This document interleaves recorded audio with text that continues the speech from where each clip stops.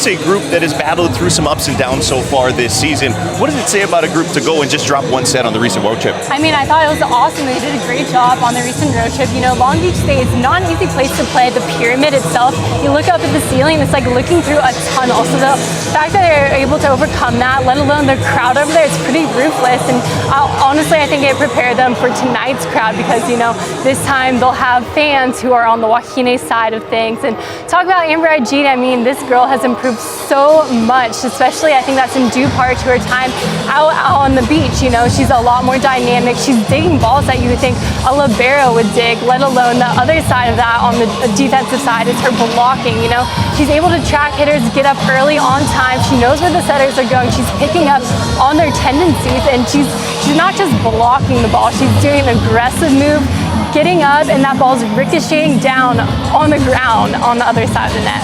After it today. And you did make that transition from high school to college and being a hitter to now a defensive specialist and the starting libero for the Rainbow Wahine program. So congratulations for that. What did it take in the off season to kind of prepare and earn that position? Definitely. In the Big West, and Skylar Williams, a very good compliment to Amber Ajit. And guys, Hawaii's middles right now are playing the best we've seen in a long time. Absolutely. I mean, we're just talking about how incredible the passing is, but I think credit is really due towards Kate Lang and her ability to run the middles when the pass isn't perfect, when it's on the 10-foot line, because I think the blockers on the other side of the net aren't really expecting that, and sometimes I think earlier on in the season, Sky and Amber weren't even expecting that. So to see them running that play, and I think they've gone better at it, they're getting up early, their arms are loaded, they're ready to just dominate the ball, and I think that's a very exciting thing, and it comes down to connection between the setters and the hitters. Pick the pog from, but our Taco Bell play of the game in this contest, I think we had to change it a few times because we saw a few outstanding plays. This one though, this Kirsten Peyton Oliveira, just amazing. Just flying in that moment and then stopping herself from going under the net. That takes a lot of body control, a lot of effort, and I think that is the bread and butter of the Baldwin squad, just out-defensing the other side. Yeah, she was outstanding once again. The lineage of liberos there on that Kapalama campus is just endless, and she is the latest, I think, to don that lib jersey. And so, Kirsten, before we get out of here, Kamehameha Kahuku getting a chance to see both of them tonight. The Red Raiders and Warriors going to do battle tomorrow. Any thoughts on tomorrow night's semifinal matchup? I think it most definitely is going to be an intense match. It's going to be a great matchup. Kamehameha is really going to rely on their tough serves, but also I think Kahuku, that's their game plan as well. Tough serves, great passing. We'll see who comes out on top. Hey, it's going to be a lot of fun for us tonight as well as we wrap things up on a quarterfinal night. Great job tonight, Kirsten. Welcome to the high school. Dad, she's starting as a freshman, you know, as a libero, but also she used to be an outside hitter, meaning she played that middle back when it came to defense, and now she's playing left back. That is short range. You're right next to the setter who can dump it right over. You're also right next to the middle blocker who can literally slam it right into your faces, and that's a very intimidating thing to do. And she's so cool, so calm and collected, let alone on serve receive. You know, as a hitter, she knows how important that first ball contact is, and she knows as an outside hitter, you're thinking of a million different other things. So the fact that she's able to keep the other hitters around her nice and calm and just be that leader of a presence. I know she doesn't think of herself as a vocal leader, but she most definitely is by example. And as a freshman, that's a very exciting thing for her. I was really interested to hear Robin's comments about her. You know, Robin can be really tough. Are you aware of that after 3 years playing for her? Absolutely. Yeah, she can be tough. And you played absolutely lights out, putting kills away, great defense and great blocks. Talk about your inner dialogue, especially in the second, third, and fourth, the sets that just kind of changed the energy of the game. Yeah, I mean, just when I'm on the court. About your thoughts on the seniors? I know Janelle Gong, a special one for you, your best friend.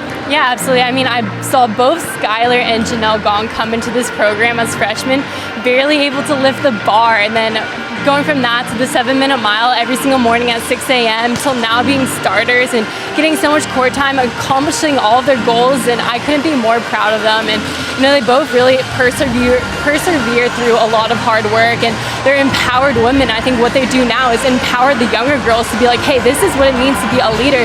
This is what it takes to be a successful when it comes to winning the Big West and entering the NCAA tournament. You know, and you look at all of and CMAC, and guys, this is a pretty impressive win over an opponent that the coaching staff for Hawaii was pretty leery about. Absolutely. I think they got over what was deemed as the slow start, and I was really proud of them. You know, they were not complacent when they came out despite having a packed arena, and how cool is that for the Wahine to finally experience that, especially some of the newcomers. You know, they heard about it and now they have finally felt it, so that was very awesome. I thought one thing that really stood out, you know, was the tough serves from Brooke Van Sickle and Janelle Gong, and it allowed the other team to, you know, kind of pull back on their heels and be a little complacent, and when they get that complacency, you know, they're not able to run the middle. So Afobu, you know, she wasn't as dynamic as she normally is, and that's why the Wahine ended up coming out on top. Van Sickle in this match, 3 aces to go along with 8 kills for her, 8 of 15 on the swings, hit 467. Pretty efficient night for her. But C-Mac, this a pretty impressive victory, and to do it in straight sets. Yeah, I really thought it was going to go 4 sets, to be honest with you, Jordan. This Irvine team has been playing. We'll be going dancing, and really, that's all that matters.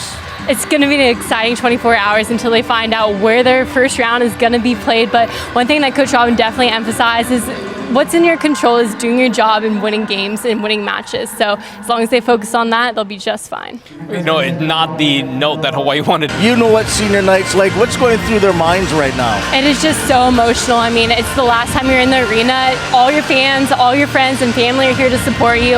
And all that work that you put through, this is the time to like finally just take a breath, celebrate it, soak in that moment. And these girls, these seniors are so deserving of that after everything they've been through. All right, we'll celebrate the seniors when it's over, but we got a game coming up, Hawaii UCSB, and we'll talk about it when we return.